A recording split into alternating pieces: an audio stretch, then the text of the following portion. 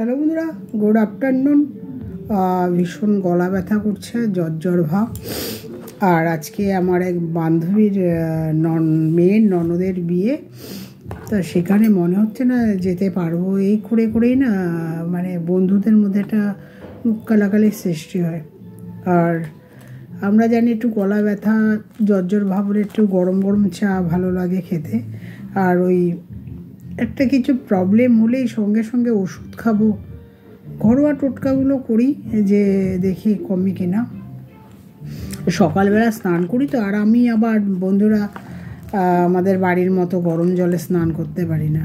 আমাদের বাড়িতে প্রত্যেকটা মানুষ গরম জল ছাড়া বোঝে না।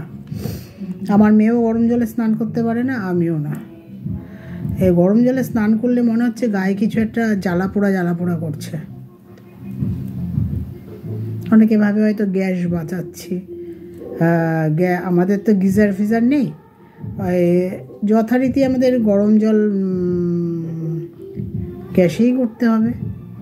গ্যাস বাঁচানো ওসব না, ছোটোবেলা থেকেই আমরা নর্মাল জলে স্নান করেছি, অভ্যাসটা নেই। তাই জন্য বলি বন্ধুরা, যে কোনো নোয়াবি অভ্যাস নিজের শরীরের সাথে জড়ালে না সেটা থেকেই যায়। যে কোনো কথা বলছি, আমি জল গরমের কথা বলছি না।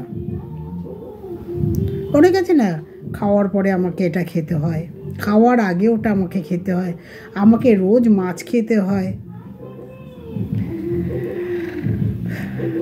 এই চা নিয়ে বসেছি বন্ধুরা, এটা চায়ের সাথে মুড়ি নিয়েছি। দেখি গলা ব্যথাটা কমে কিনা।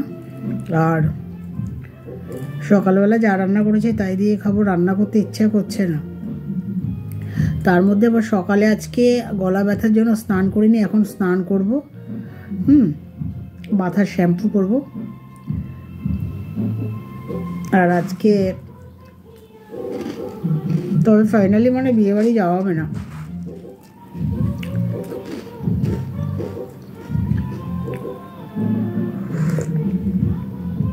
মানে ঠান্ডা লাগলে বা জ্বর লাগলে একটু গরম চা আদা ফাদা দিয়ে করবে, সঙ্গে সঙ্গে ওষুধ খাবে না। ওইটাও একটা অভ্যাসে দাঁড়িয়ে যাবে। আমার মেয়েকে দেখি মাথা যন্ত্রণা হচ্ছে, সঙ্গে সঙ্গে মাথা যন্ত্রণার ওষুধ খেয়ে নিল। গা হাত পা ব্যথা করছে, সঙ্গে সঙ্গে খাওয়াটা ঠিক না বন্ধুরা। আগে দেখো,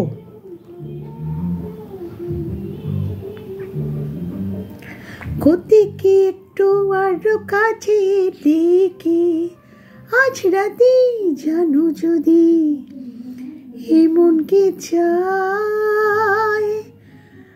গুড আফটারনুন, সবাই ভালো থেকো।